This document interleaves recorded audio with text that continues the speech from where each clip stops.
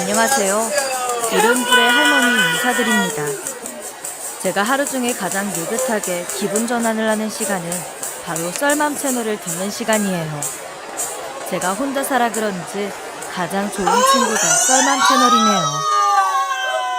사실 이 나이에 혼자 산다고 하면 다들 왜 혼자 사냐고 물어봅니다. 뭐 혼자 사는 것보다 남편이나 자식들이랑 같이 살면 좋기야 하겠지요. 그런데 남편도 그렇지만 특히 자식은 정말 자식 나름이잖아요. 자식까지도 아는 놈들 얼굴 보고 사는 것보다 혼자 사는 게 훨씬 나을 때가 있고요. 그래도 자식인데 너무 함부로 말하나 싶으신가요? 제 자식놈들이 저한테 한 말을 들어보시면 아마 여러분들도 더 심한 욕을 해도 싸다고 하실 겁니다. 엄마, 진정하시고 말로 해요. 어차피 엄마 재산 우리한테 물려줘야 하잖아요. 저희 오형제 사이좋게 나눠 가질 테니까 돈부터 내놓으시라니까요. 못된 자식, 니네들 나한테 돈 맡겨놨어? 설령 있다고 해도 니놈들한텐 한 푼도 못 준다. 엄마, 이러시면 안 되죠. 엄마 돈으로 가게 차리려고 다 준비해놨는데 엄마가 갑자기 이러시면 어떡해요. 이게 아직도 정신을 못 차리고 내 앞에서 돈 타령을 해? 너희들은 내 자식도 아니야. 그럼요, 다른 애들은 나을 것 같아요. 걔네들 다 우리랑 한 통속이에요. 그래, 아주 자랑이다. 오형제가 엄마 버리고 돈 타령만 하는 게 뭐 잘한 일이라고 떠들어. 너희들 아들 5놈들 다 앞으로 내 자식 아니야. 그렇게 알아. 애미보다 돈부터 챙기는 자식놈들 참 기가 막히죠. 그래도 엄마 앞에서 어떻게 저럴 수가 있나 싶으실 거예요. 저는 자식들에게 버림받고 노숙자 신세가 되는 참 기구한 인생을 살았습니다. 그럼에도 어떻게든 버티다 보니 생각하지도 못했던 일이 생기기도 하더군요. 그 덕에 애미 버린 놈들과도 속 시원히 끝낼 수 있었네요. 제 인생이 불쌍해 그동안은 마음껏 얘기할 수도 없었지만 그래도 우리 썰맘 구독자분들께는 한번 털어놓고 싶어졌어요. 그래서 용기 내어 제 지난날을 이야기해볼까 합니다. 어릴 적 태어나 보니 우리 집은 참 가난했었어요. 집이 가난한 죄로 저는 20살이 되자마자 팔려가듯 재취자리로 시집을 가게 됐죠. 그래도 남편이 참 좋은 사람이었습니다. 큰오빠처럼 저를 충분히 품어주는 사람이라 제가 많이 의지했었네요. 또 전 부인에게서 낳은 새 아들이 있었는데 그 애들도 저를 잘 따랐어요. 그러다 제가 아들 둘을 더 낳아 5형제를 기르게 됐습니다. 5형제 모두 큰 말썽 없이 잘 자랐고 남편이 시작한 사업이 성공을 거두며 가난에서 벗어나 여유있게 살게 됐네요. 남편 사업이 잘 되면서 회사를 큰아들이 물려받을 수 있는 일을 하게 되었습니다. 그래서 큰애는 남편 회사에서 함께 일했어요. 그런데 별다른 문제 없이 잘 굴러가고 있는 줄 알았던 회사에서 남편이 곤란해지는 일이 생겼어요. 무리하게 투자를 밀어붙였던 게 남편 발목을 잡았고 대출을 끌어다 쓰다 그 돈을 갚지 못하는 상황에 이르렀습니다.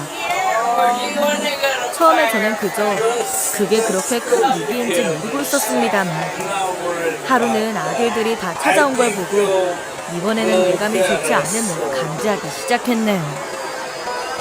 발을 쿵쿵대며 멀리서부터 시끄럽게 아버지를 찾는 큰아들을 붙잡고 제가 조심스레 물었습니다. 니들 오형제가 한 번에 다 어쩐 일이야? 아버지 회사 때문에 온 거니? 상황이 그렇게 안 좋은 거야? 됐고, 아버지 어디 계세요?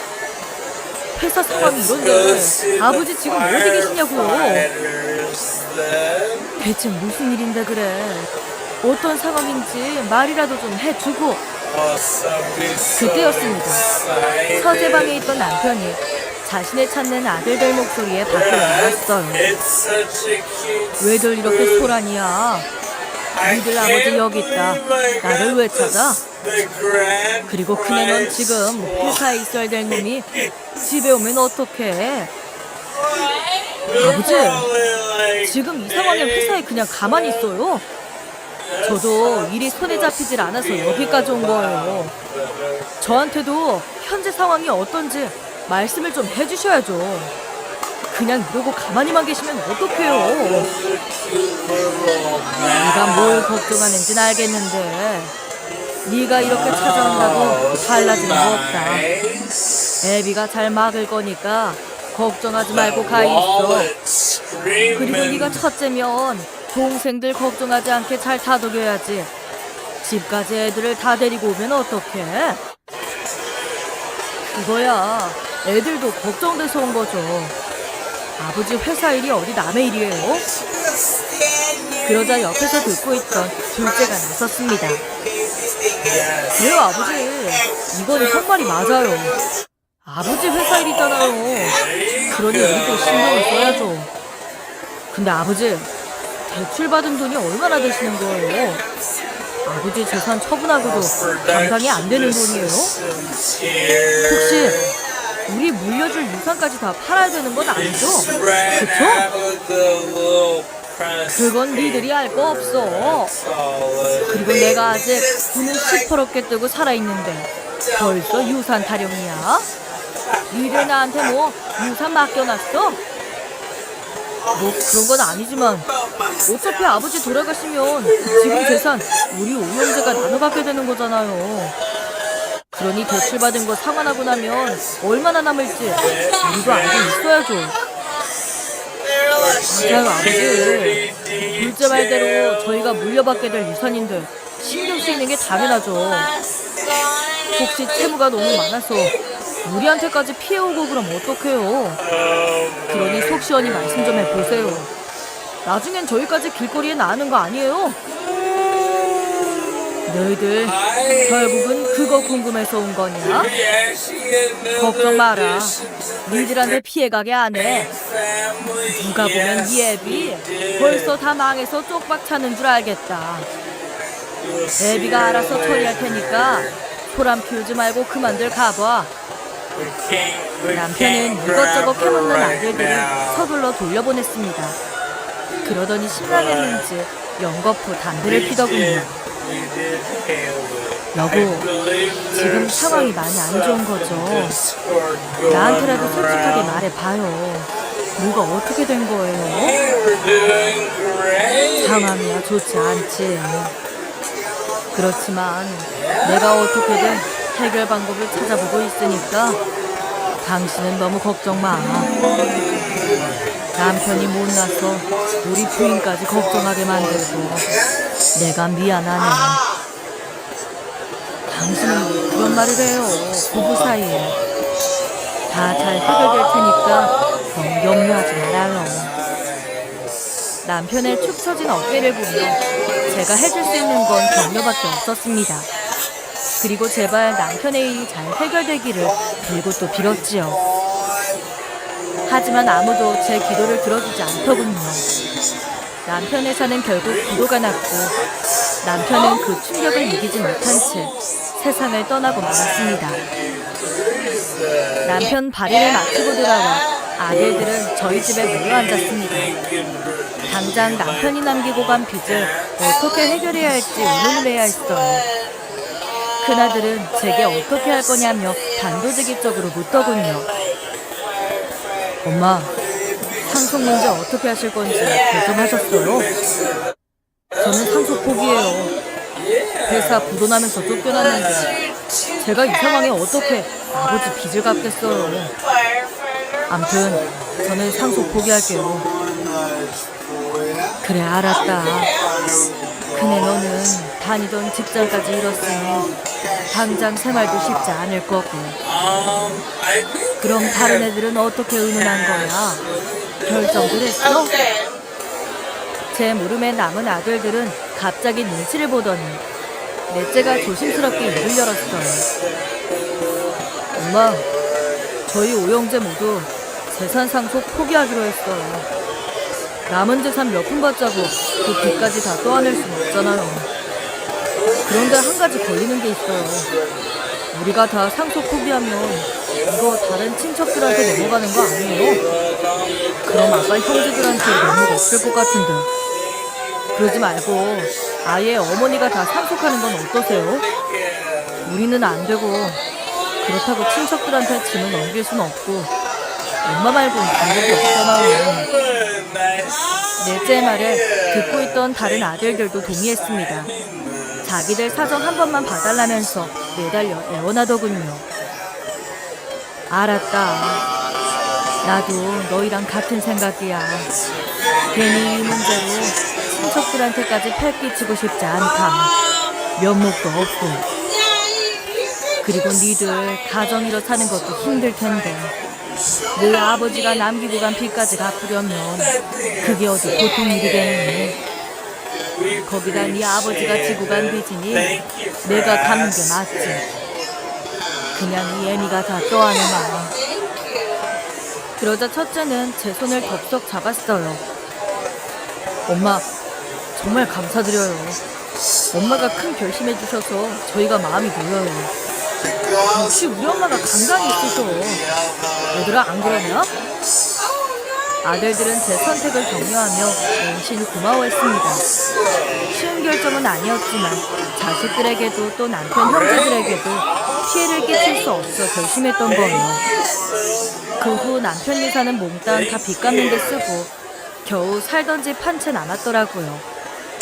텅 빈 집에 혼자 앉아있는데 첫째가 절 찾아왔습니다. 엄마, 뭐 좀 여쭤볼 게 있는데 이 집 말이에요. 어떻게 하실 거예요? 실은 아버지 그렇게 가시는 바람에 물려받은 재산 한 푼도 없잖아요. 솔직히 저 진짜 먹고 살기 힘들어요. 저 아버지 회사 그렇게 되고 오갈 데 없는 거 아시잖아요. 오늘 내일 하면서 당장 먹고 살 걱정하면서 살아요. 그래서 말인데 엄마 이 집 팔아서 저 나눠주시면 안 돼요? 이 집을 팔라고? 아니 이 집마저 팔아버리면 이 애미는. 엄마, 아들이 5이나 있는데 뭘 걱정하세요. 오형제가 싹 다 엄마 무시하기라도 하겠어요? 그건 그렇지만 그래도 집을 팔라니. 네 아버지랑 몇십 년을 산 집인데. 알죠. 그걸 제가 왜 모르겠어요. 엄마, 근데 제 처지를 한번 생각해 보세요. 회사 물려받는 것도 다 물건 오가고 이 나이 먹고 취업하려니 저 받아주는 데도 없어요. 저 진짜 요즘 살맛이 안 나요. 회사 부도나면서 아무것도 못 받은 저 불쌍하지도 않으세요? 애들은 커가는데 저 이제 진짜 뭐 먹고 살아요. 큰아들은 제 앞에서 자기 신세를 한탄하며 울음을 터뜨렸습니다. 그래, 큰애 고생이 심했겠구나. 미안하다. 엄마가 아들 사정 하나 헤아리지 못했어. 알았다. 이 집 팔아서 너 나눠주마. 이 집 한 돈 너 줄 테니까 그만 울어. 집안의 가장이 이렇게 마음이 약해서야. 그렇게 그 집을 팔아 큰애를 주기로 했습니다. 그런데 그게 알려지니 다른 아들들이 찾아와 우리도 집 한 돈 달라며 저를 몰아붙이기 시작했어요.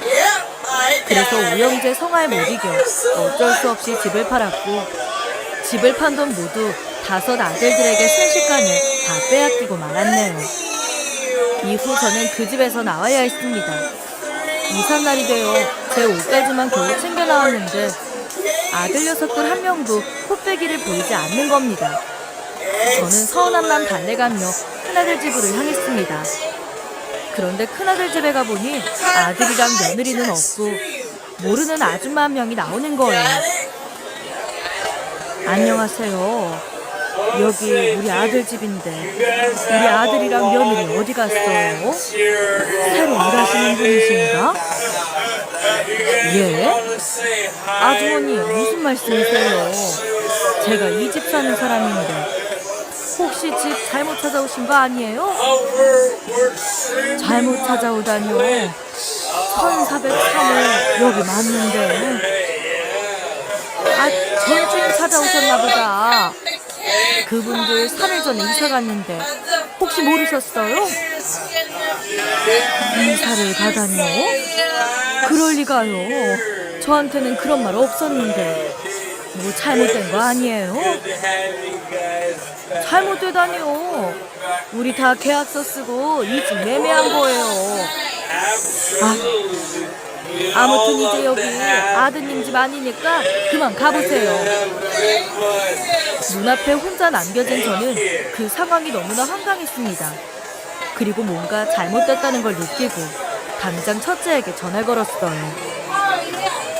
은혜야, 나 지금 너희 집에 왔다가 깜짝 놀랬다. 어떤 아주머니가 너 3일 전에 이사 갔다고 하던데 그게 어떻게 된 일이야? 너 정말 이사 갔어? 네. 근데 그건 왜 물어보시는데요? 무슨 일이 있어요? 얘는 나 오늘 이삿날이라고 말했잖아. 그래서 짐 빼서 너희 집 왔는데 이사 갔대서 전화한 거다. 나 너희 이사 간 집 주소 좀 보내줘라. 지금 바로 출발하게. 저기 엄마, 우리 엄마 못 모셔요. 식구 하나 누는 게 얼마나 무서운 건데요. 엄마 모시고 살다 우리 길거리에 나 앉으면 엄마가 책임지실 거예요. 우리라도 살아야죠. 받은 것도 없는데 효도까지 기대하지 마시고요. 돈 한 푼 없는 부모 부담스러우니까 이제 연락하지 마세요. 어차피 저 이제 번호도 바꿀 거라 연락도 못 받겠지만요. 그냥 큰아들은 이제 없는 자식이다 생각하시는 게 어머니도 편하실 거예요. 아시겠죠? 그럼 끊습니다. 뭐라 대답할 겨를도 없이 아들은 매몰차게 전화를 끊었습니다. 끊긴 전화를 붙잡고 얼마나 당혹스러웠는지 아시나요? 너무 분했지만 그래도 다른 아들들이 있으니 그 애들을 믿었어요. 하지만 상황은 크게 다르지 않았습니다. 둘째 아들 집에 가봤더니 그 집도 역시나 빈집이더군요. 혹시나 하는 맘에 둘째에게 전화했더니 아예 없는 번호라는 안내 메시지만 나올 뿐이었네요. 그리고 그건 셋째, 넷째 다 마찬가지였습니다. 아들들 다 저 몰래 이사를 가서는 주소까지 바꿔버린 겁니다. 그나마 막내 하나나마 지푸라기라도 붙잡는 심정으로 연락을 했어요. 막내야, 애미다. 애미가 지금 갈 곳이 없어. 지금 너희 집으로 가나. 엄마, 잠깐만요. 저희 집에 오시다니 그게 무슨 말이에요? 제가 엄마를 어떻게... 아니, 엄마를 내가 왜 모셔요? 그게 무슨 말이야? 니들이 나눠 가져야 한다며 나한테 하나 남은 집 뺏었으면 엄마를 거두는 게 당연하지. 그럼 너 엄마 모르는 척 할 거야? 엄마, 그럼 저한테 이러지 마시고 큰형한테 가세요. 사실 엄마 모실 거면 첫째가 모셔야 되는 거 아니에요? 저한테 부담 주지 마시고요. 얘 막내야. 네 큰형님이 다른 데로 이사 갔어. 집 주소도 안 알려주고 자기 찾지도 말랜다. 다른 애들도 마찬가지고. 그러니까 네가 나 좀 걷어다오. 오갈 데 없는 애미 이렇게 버릴 거야? 아니, 형들도 안 모시는데 내가 엄마를 뭐하러 모셔요? 그리고 나도 이미 엄마 찾아올까봐 다른 동네로 이사했어요. 아마 엄마 받아주는 자식 없을 거예요. 뭐? 뭐가 어째? 집 한 돈마저 가져갔으면서 이제와 어미를 모르는 척해? 집 뺏고 나니 볼일 다 봤다 이거야? 네가 뭐 집 내놓으라고 협박이라도 했어요? 엄마 본인이 줘놓고 왜 우리한테 난리예요? 아무튼 난 엄마 못 모시니까 그렇게 아세요. 정 갈 데 없으시면 어디 친척집이라도 가서 거부 처리라도 하시던지요. 이만 끊어요. 그렇게 막내마저 성급하게 전화를 끊었습니다. 전화를 끊고 나니 제 눈에서는 눈물이 줄줄 흐르더군요. 아들 5이 저를 버릴 줄은 정말 상상도 못했습니다. 철량한 제 신세에 그저 눈물만 나왔어요. 받아주는 것도 없이 저는 순식간에 노숙자 신세가 되어 있었던 거예요. 그 당시 죽지 못해 살아가며 자식들에게 버림받은 제 자신을 자책하며 살았습니다. 내 새끼들한테도 버려졌으니 실패한 인생이라 생각하면서요. 하지만 그런 와중에도 죽는 것은 무서웠던지 그래도 살아야겠다고 저 살풍리를 하게 되더군요. 노숙자 쉼터라는 곳을 알게 되어 그곳을 오가며 하루하루 명령하며 살았네요. 하루는 광장 같은 곳에 앉아있는데 80은 넘어 보이는 할머님이 우두커니 앉아있는 게 보였어요. 길을 잃었나 싶어 다가가 말을 걸었습니다. 저기 할머니, 혹시 길 잃으셨어요? 왜 여기 혼자 앉아 계세요? 제가 물어보니 할머님은 아무 말도 없이 제 얼굴을 빤히 쳐다보더군요. 할머니, 안 들리세요? 왜 여기 혼자 앉아 계시냐고요? 누구 아는 사람이라도 기다리세요? 언니, 왜 이제 왔어? 내가 얼마나 배고팠는 줄 알아? 나 언니 기다리느라 한 끼도 못 먹었어. 네? 언니라니요? 저를 아세요? 언니, 나 배고프다니까. 빨리 밥 먹자. 응? 할머니가 저를 언니라고 부르며 밥을 달라고 하시길래 일단 뭐라도 그래야 할 것 같아서 무료 급식소에 모셔갔어요. 그리고 할머니 상태가 평범하지 않다는 걸 알았지요. 할머니 이름과 주소를 물어봤지만 할머니는 제대로 대답조차 못하셨네요. 할머니, 이름이 어떻게 되세요? 사시는 곳은요? 저한테 말씀 좀 해보세요. 네? 몰라. 경옥이는 아무것도 몰라. 할머니, 자꾸 모르신다고만 하면 어떡해요. 뭐라도 얘기를 해보셔야죠. 그래야 집을 찾아드리죠. 모른다니까. 나는 아무것도 몰라. 그러니까 경옥이는 앞으로 언니랑만 있을 거야. 그러니까 언니가 나 지켜줘. 알았지? 제가 몇 번을 물어봐도 할머니는 모른다는 말만 반복하셨습니다. 짐도 없이 맨몸으로 나온 할머니를 보고 나와 같은 처지란 생각이 들었지요. 쫄딱 망에 집 뺏기고 자식에게 버림받은 나처럼 할머니도 치매에 걸려 버려진 건 아닐까 싶어 나라도 할머님을 진심으로 챙겨드리기로 마음먹었습니다. 그래서 그 후로 할머님과 함께 지냈어요. 무료 급식소에 모시고 다니면서 할머니 끼니를 챙겨드렸고 할머니는 그런 저를 언니라고 부르며 잘 따라주셨죠. 하루는 평소처럼 급식소에 가기 위해 일어나려는데 할머니가 제 얼굴을 가만히 들여다보시는 거예요. 그리고는 말을 거셨습니다. 저게 내가 그동안 아주머니께 신세를 졌나 봅니다. 그렇지요?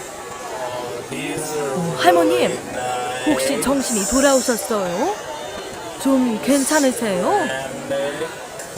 그럼요. 나 괜찮아요.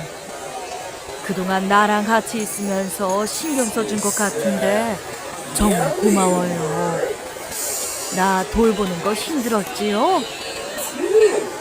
아니에요. 하나도 힘들지 않았어요. 할머님이 계셔서 말벗도 되고 의지도 되고 얼마나 좋았는데요. 저긴 치매 걸린 노인네가 폐나 안 끼쳤는지 모르겠네. 실은 내가 벌써 몇 년째 치매를 앓고 있어요. 고향집 찾아간다고 나왔던 것 같은데 길 잃고 돌아다니다 여기까지 온 모양입니다. 아유, 그러셨구나. 저는 그냥 맨몸으로 계시길래 혹시 자식들한테 쫓겨난 건 아닌가 싶어 마음이 쓰였었는데 이제라도 정신이 돌아오셔서 정말 다행이에요. 할머님은 고맙다면서 연신 인사를 하셨고 이후 조심스럽게 질문을 하셨어요. 아니 근데 얼굴도 곱고 젊어 보이는 양반이 왜 거리에서 이런 신세로 지내고 있어요? 보아하니 노숙자로 지낼 사람은 아닌 것 같은데 그냥 좀 사정이 있어서요. 할머님은 안쓰러운 눈으로 저를 바라보셨지요. 그 눈빛을 보니 저도 제 사정을 털어놓고 싶어졌어요. 할머니 그게요. 제가 우리 아들들한테 버림을 받았어요. 그래서 떠돌아다니다가 이렇게 노숙자 신세가 됐네요. 자식들이 버리다니요. 아니 엄마를 왜? 예전에 남편이 사업을 크게 했어요. 그러다 부도가 났는데 빚 다 갚고 나니 딱 살던 집 하나 남았죠. 근데 자식들이 그 집을 내놓으래요. 그렇게 집 한 돈 자식들에게 뺏겼는데 우영재나 되는 아들놈들이 알고 지낸 엄마 책임지기 싫어하는 거예요. 아예 주소까지 바꾸고 자취를 감추더군요. 참 기가 막히죠? 그래서 자식들한테 쫓겨나고 갈 곳 없으니 이렇게 된 거죠 뭐. 아이고 은혜를 원수로 갚아서 정도가 있지 못된 놈들. 아휴 그래서 우리 아주머니 표정이 이렇게 슬퍼 보였구나. 다른 사람도 아니고 자식들이 그런 숨을 줬으니 마음이 얼마나 아팠을 거예요. 할머니는 제 손을 잡고 저를 위로해 주셨어요. 이 꼴이 되고 누구 앞에서 우는 건 처음이라 그냥 펑펑 울고 말았네요. 그렇게 한참을 울다 할머님 정신이 돌아오셨을 때 얼른 가족들을 찾아드려야겠다는 생각이 들었습니다. 그래서 얼른 근처 파출소로 할머님을 모시고 갔어요. 그리고 얼마 후 할머님 아들 내외로 보이는 어느 중년 부부가 들어오더군요. 어머니, 그동안 어디 계셨던 거예요? 제가 얼마나 찾았는지 아세요? 나 때문에 놀랬지? 미안하다. 어디 아프신 데는 없으세요? 다치신 데는요? 정말 괜찮으신 거예요? 그럼 괜찮지. 여기 옆에 있는 아주머니가 며칠 동안 날 지극정성으로 돌봐주셨어. 그 덕에 내가 생채기도 하나 없다. 할머니는 저를 가리키며 제 덕분에 살았다고 하셨고 아들은 고맙다며 제게 허리 숙여 인사했습니다. 아주머니 정말 감사드립니다. 저는 진짜 우리 어머니 어떻게 되셨을까봐 걱정했는데 다 아주머님 덕분이에요. 뭘요? 저는 한 것도 없는걸요. 그럼 아드님 만나셨으니 저는 이만 가볼게요. 그때 할머님이 저를 붙잡으며 말씀하셨어요. 아니지, 이렇게 가면 어떡해? 나 돌봐주는 애 갚을 수 있게 해줘야지. 그러지 말고 같이 우리 집으로 가요. 아들아, 우리 집에 방 남는 거 있지? 아주머니 좀 그곳에서 지내시게 해라. 네, 그럼요. 아주머니, 저희 어머니 은인이신데 어떻게 그냥 보내드릴 수가 있나요? 사양 마시고 저희 집으로 가세요. 아니, 괜찮아요. 뭐 한 것도 없는데요.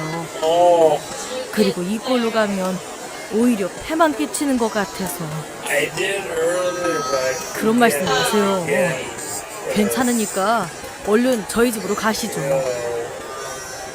얼마 후 할머님 댁에 도착했는데 저는 생각지도 못한 대본이 저를 반겼습니다. 알고 보니 할머님은 자수성가의 보좌가 되신 분이었어요. 제게 보답한다며 넓은 방도 내주시고 편히 쉴 수 있게 해주셨습니다. 그 덕에 저는 몇 년 만에 집이라는 곳에서 편히 쉴 수 있었네요. 이야기를 들어보니 그 집 아드님도 회사 사장님이신 듯 제 사정을 다 알고 그 집에서 절 지낼 수 있게 해주셨어요. 하지만 전 승낙할 수가 없었습니다. 너무 감사했지만 더는 신세질 수가 없어서 편지 한 장 남겨놓고 그 집을 나오게 되었네요. 그리곤 저는 다시 길바닥을 떠돌게 되었습니다. 다시 길바닥으로 나와보니 10년간의 고생들이 머릿속을 스쳐가더군요.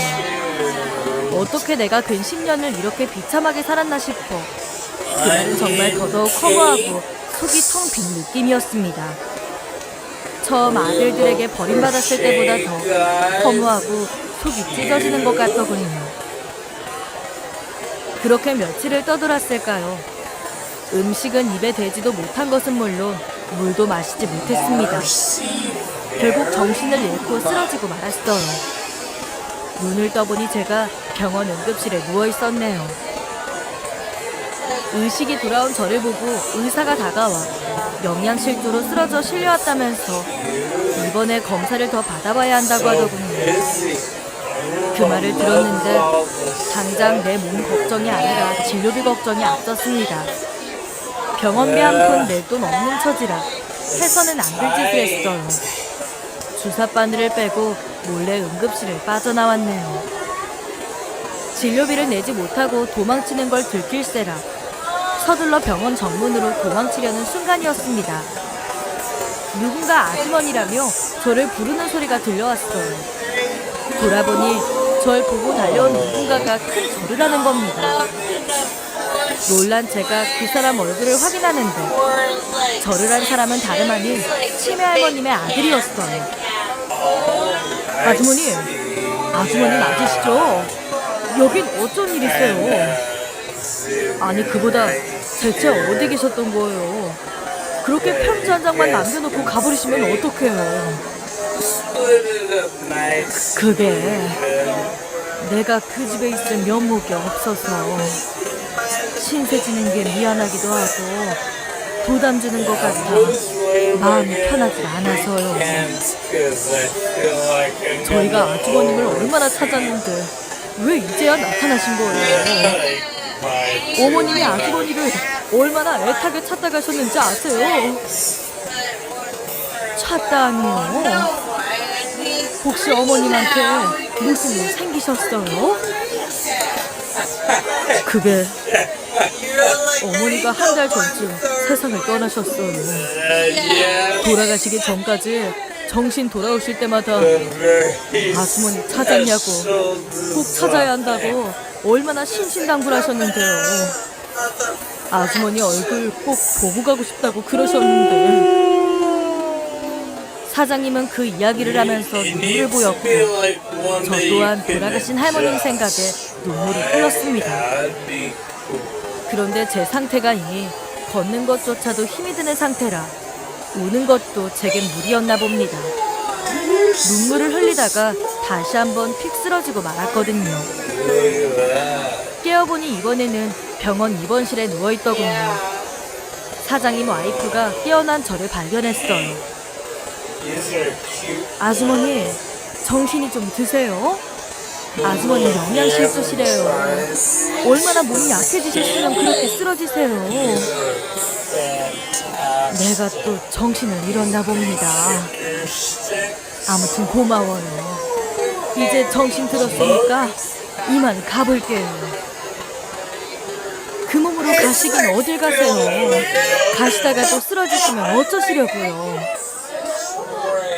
난 괜찮아요. 아니 그것보다 제가 말끝을 흐리니 옆에 있던 사장님이 걱정스러운 듯 물었어요. 아주머니 혹시 병원비 때문에 그러세요? 그런 거라면 걱정하지 마세요. 저희가 아까 진료비까지 다 지불할 거니까요. 아니에요. 사장님 네 분께 더 신세 질 수 없어요. 그리고 아주머님께 드릴 말씀도 있어요. 이 이야기 해드리려고 아주머님을 찾았던 거예요. 그러니까 잠깐만 계셔주세요. 무슨 일인데요? 뭐 중요한 이야기예요? 실은 어머님께서 돌아가시기 전에 유언을 남기셨어요. 유언이라니요? 그걸 왜 제게 말씀하시는지. 아주머니, 놀라지 말고 들으세요. 어머님께서 돌아가시기 전에 유언으로 아주머니 앞으로 건물을 남기셨어요. 예? 건물이라니요? 유언은 뭐고 건물을 남겼다는 말은 또 뭐예요? 그러니까 내가 너무 갑작스러워서. 믿기지 않으시죠? 그렇지만 장난치는 거 아니에요. 누가 자기 어머니 유언으로 장난을 치겠어요. 어머님이 아주머님께 어떻게든 보답하고 싶어 하셨어요. 그래서 같이 지내자고 한 거였고, 아주머니 나가신 후부터는 계속 행방을 찾아다녔습니다. 잠깐이라도 정신이 돌아오셨을 때마다 아주머니는 찾았냐고 얼마나 물어보셨는지 몰라요. 그러시더니 아주머니를 위해 뭐라도 해주고 싶다면서 어머님 건물을 유산으로 남기고 떠나셨어요. 아니 이게 무슨... 난 할머님께 해드린 게 없는데 그냥 같이 있었던 것 말고는 없어요. 근데 내가 어떻게 그 귀한 건물을 받겠습니까? 아주머니께서 하신 게 왜 없으세요? 만일 그때 아주머니가 우리 어머니를 외면했다면 우린 지금도 어머니가 어디 계셨는지 몰랐을 거예요. 치매 노인이니 어디 야산에서 헤매다 돌아가셨을 수도, 길에서 비명 행사하셨을지도 모르고요. 아주머니가 돌봐주시고 친언니처럼 대해주신 덕에 어머니가 건강하게 우리 품으로 돌아올 수 있었다고 생각해요. 그래서 어머니도 그걸 제일 감사해 하셨고요. 그래도 내가 뭐 바라고 한 일도 아니고, 나도 어머님께 의지하면서 얼마나 위로 많이 받았는데요. 그러니 유산까지 받을 수는 없어요. 사장님, 저 그 말 못 들은 걸로 할게요. 안 돼요, 아주머니. 어머님 마음이니 부디 거절하지 말아주세요. 그래도 부담되시면 힘든 상황에서도 선하게 살아온 대가 받는 거다, 그렇게 생각하고 받아주세요. 아주머니께서는 저희 어머니 건물 받으실 자격 충분하세요. 저는 결국 사장님 내외의 끈질긴 설득에 유산을 받게 되었습니다. 하지만 유산을 받고 나서도 몇 달 동안은 그 유산에 손을 대지 못했어요. 무엇보다 그걸 어떻게 써야 할지 자신이 없었지요. 그러다 어느 날 할머님이 주신 유산을 노숙자들을 위해 써보면 어떨까 싶었습니다. 나처럼 딱한 사정으로 떠돌게 된 사람들을 위해 제가 뭐라도 할 수 있으면 좋겠다 싶더군요. 사장님 내외도 좋은 생각이라고 동의해 곧바로 할머님이 주신 건물을 팔게 되었고, 저는 그 돈을 노숙자들을 후원하는 데 기부했습니다. 그러자 어디서 그렇게 소문이 퍼진 건지 같은 신세였던 제가 기부를 했다는 소식은 빠르게 퍼져나가기 시작했어요. 그러다 인터뷰 요청이 쇄도하며 신문사 인터뷰까지 하게 됐네요. 신문 인터뷰를 하니 금세 제 이야기가 퍼져나갔고, 생각지도 못했던 사람이 저를 찾아오는 일도 있었습니다. 10년 전 저를 버린 첫째 아들이 나타난 거예요. 네가 갑자기 여길 어떻게... 내가 여기 있는 건 어떻게 알고 온 거야? 엄마, 그동안 여기 계셨던 거예요. 10년 동안 제가 엄마를 얼마나 그리워했는데. 얼마 전에 엄마 신문 나오신 거 그거 보자마자 한 달을 다녀온 거예요. 엄마가 그렇게 힘들게 사셨는지 몰랐어요. 엄마 모른 척한 제가 죄인이에요. 용서해 주세요. 됐다. 이제와 그런 말이 무슨 소용이 있겠니? 그런다고 10년 세월이 사라지지도 않고. 엄마, 저 그때 엄마 모른 척하고 얼마나 후회했는지 모르시죠? 저 정말 10년 동안 너무 후회스러워서 피눈물 흘리면서 살았다고요.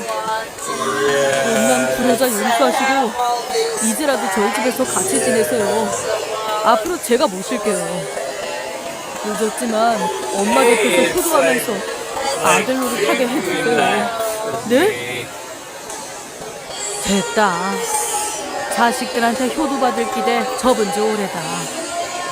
다시는 보고 싶지 않으니까 이만 가봐.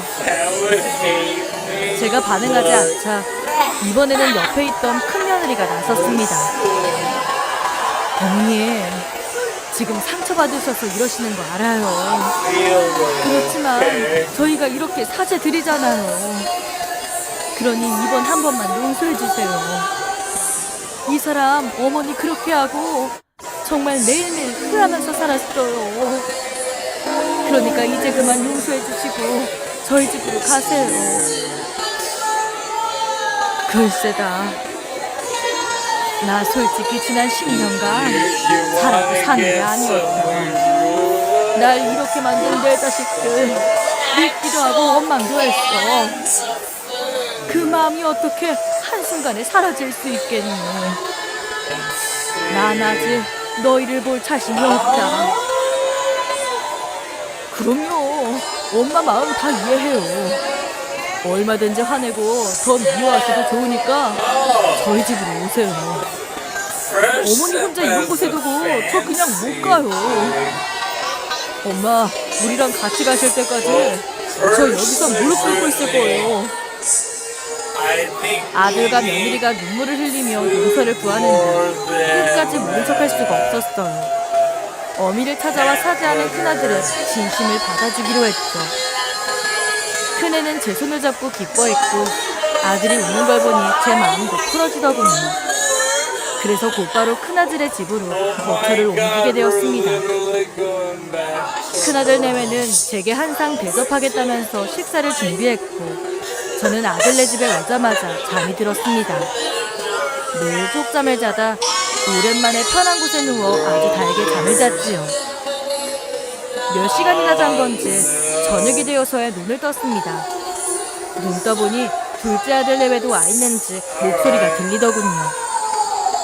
반가운 둘째 목소리에 나가 아는 척을 하려다 바깥에서 들려오는 대화 소리에 발걸음을 멈췄습니다.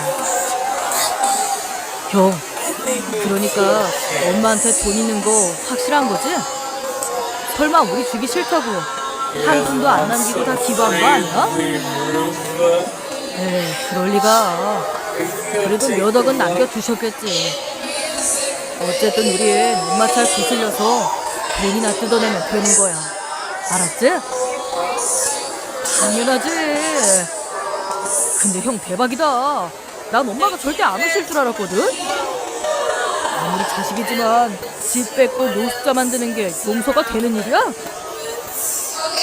그러니까 처음엔 그냥 가라고 해서 나도 안 되겠구나 했다니까. 근데 내가 무릎 꿇고 애절하게 매달리니까 눈빛이 막 흔들리더라고. 엄마도 참 한심하지. 우리한테 또 속냐? 내 말이. 참 형, 그럼 엄마한테 돈 받으면 형이 모시고 살 거야? 야, 내가 미쳤냐? 엄마를 모시게. 그때처럼 또 튀어야지 뭐. 그리고 내가 엄마 모셔왔으니까 너희보다 내가 돈 더 챙기는 거 잊지 마라. 애들한테도 말 해놨지? 걱정 마. 애들도 큰형 목 더 챙겨가는 거 동의했어. 그나저나 우리 엄마 돈 얼마나 남겨놓으셨을까? 노숙자들한테도 그 정도 돈을 기부하신 걸 보면 우리한테도 억소리 나게 챙겨주시겠지? 서방님 당연하죠. 아들들이라면 껌뻑 죽는 어머님이신데 그래도 몇 억씩은 주실 거예요. 돈 받을 생각하니까 벌써 막 신난다. 동서 죽어도 그렇지? 그럼요. 저 그 돈 받으면 백화점 가서 가방부터 살 거예요. 신상 나온 걸로 싹 바꿔야지. 큰애와 둘째는 물론 옆에 있던 며느리들까지 당장 돈 받을 생각에 지들끼리 아주 신이 났습니다. 그리고 그 이야기를 들은 제 몸은 막 떨리고 있었죠. 면전에 욕을 퍼부어도 모자란 놈들이지만 그래도 잘못했다는 말을 믿고 따라왔는데 또다시 절 이렇게 배신할 줄은 몰랐어요. 제 재산을 노리고 찾아왔을 거라곤 상상도 못했습니다.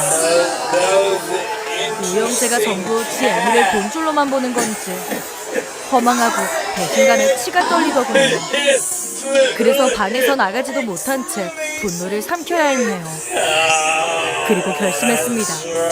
날 버린 자식놈들한테 더 당하지 않겠다고요. 제가 먼저 그놈들 따끔하게 인생교육 시켜주리라 맘먹었죠. 제가 밖으로 나가자 아들과 며느리들은 언제 그랬냐는 듯 아부를 떨기 시작했어요.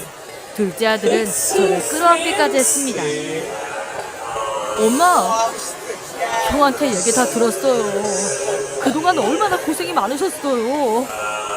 못난 자식놈들 때문에 엄마가 많이 힘드셨죠? 저희 원망 많이 하셨을 거예요. 그래, 니들 원망 참 많이 했다. 그래서 니들은 애미 집까지 빼앗고 잘 살았어? 엄마한테 미안하지도 않던? 아유, 당연히 죄송했죠. 우리 우영재 엄마만 생각하면 죄송해서 맨날 울었어. 저희 이제 정신 차렸으니까 앞으로 속썩이는 일 없을 거예요. 지난 날은 다 잊으세요. 참 엄마, 형수님이 엄마 대접한다고 상다리 부러지게 차려놨어요. 얼른 식사부터 하세요.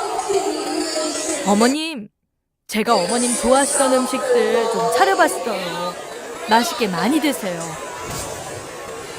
밥을 먹으면서도 제 머릿속에 나쁜 놈들에게 어떻게 복수해줄까 하는 생각뿐이었습니다. 기회를 노리고 있는데 때마침 첫째가 운을 떼더군요. 엄마, 그나저나 기부하고 남은 돈은 어떻게 하셨어요?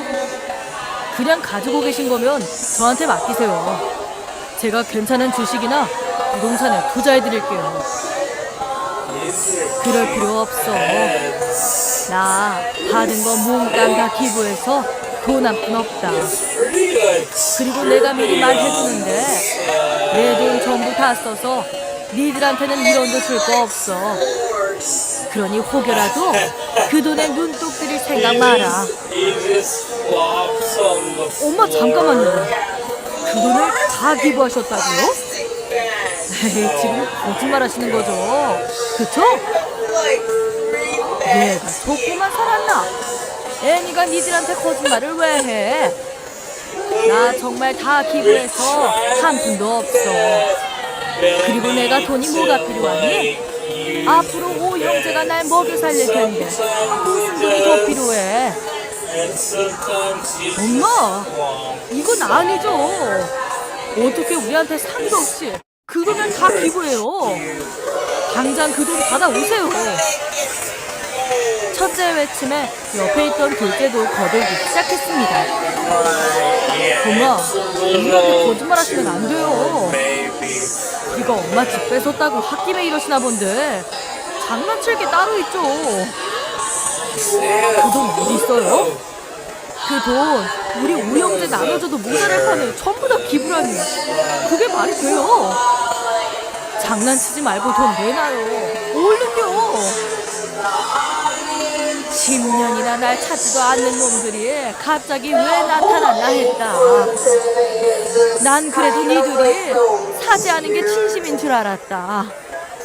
근데 감히 애미 뒤통수를 쳐? 그것도 2번씩이나. 부모가 자식한테 돈 주는 게 당연한 거 아니에요? 그러지 말고 터놓고 말 좀 해보세요.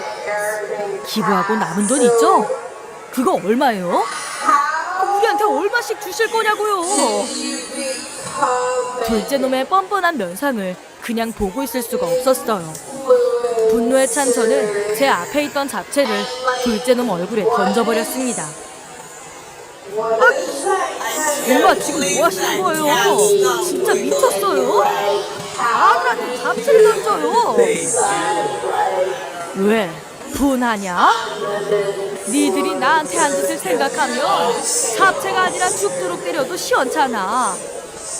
애미 집까지 빼앗고 노숙자 만든 주제.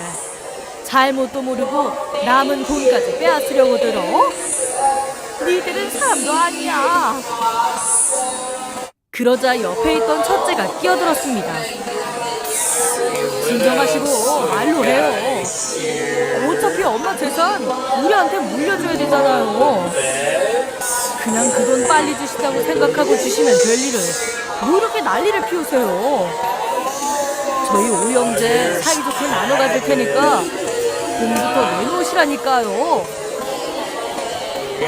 못된 자식. 너 언제 나한테 돈 맡겨놨냐? 소용이 있다고 해도 네 놈들한텐 한 푼도 못 준다. 그러니까 헛돈 보지 말고 다시는 애미 앞에 나타나지 마. 앞으로 다시는 보지 말자.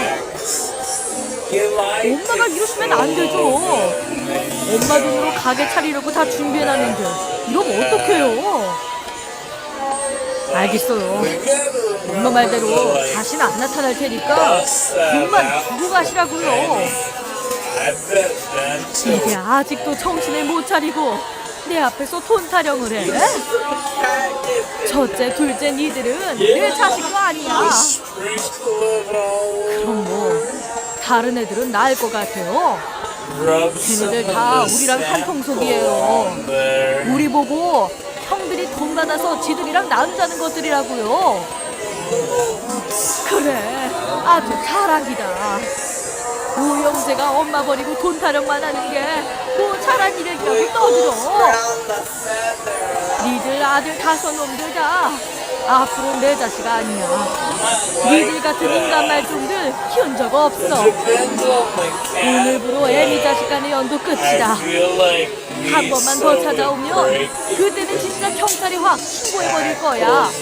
그렇게 알아. 제 앞을 막고 있는 아들들을 뿌리치고 그 집에서 나왔습니다. 저것들도 자식이라고 희생하며 산 제 인생이 불쌍해 펑펑 울었어요. 한 번 속은 것도 모자라서 자식놈들 거짓말에 2번이나 속아 흔들렸던 제 자신이 정말 비참했습니다. 그리고 다시는 자식놈들에게 흔들리지 말자 굳게 다짐했지요. 그런데 아들놈들은 연근찮은 애미 말을 귓등으로 들었나 봅니다. 재산 한 푼이라도 줄 줄 알고 불기차게 찾아오는데 아주 못 견딜 지경이었네요. 그래서 접근 금지 가처분을 신청해 다시는 찾아오지 못하도록 했습니다. 그리고 나서야 제 인생은 평온해질 수 있었어요. 저는 지금 노숙자 생활을 끝내고 작은 원룸에서 살고 있습니다. 넓은 집은 아니지만 그저 내 몸 하나 누일 방 한 칸이 있다는 것을 감사하고 있네요. 그리고 요양보호사로 일하며 도움이 필요한 사람들을 돕고 있어요. 누군가를 도와줄 수 있다는 게 보람있고 행복하기만 합니다. 요즘은 다들 돈만 하는 삭막한 세상이잖아요. 그렇지만 이 사연을 듣는 분들만큼은 주변 사람들 도우며 따뜻하게 살기를 바랍니다. 그럼 이만 제 사연을 마칠게요. 끝까지 들어주셔서 감사합니다.